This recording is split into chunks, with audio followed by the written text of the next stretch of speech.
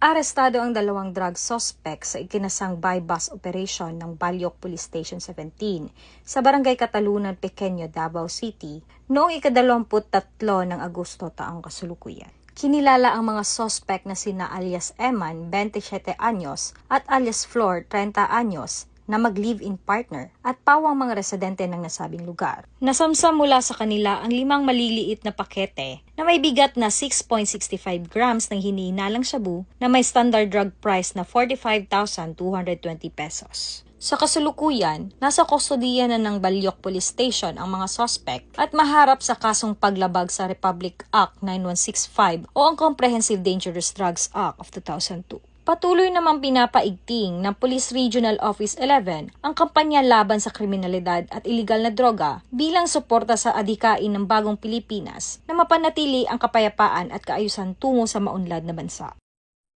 Mula dito sa Rion 11, ako ang inyong PNN correspondent, Patulhuman Mariel May Dungkila, alagad ng batas, tagataguyod ng Balitang Pulis.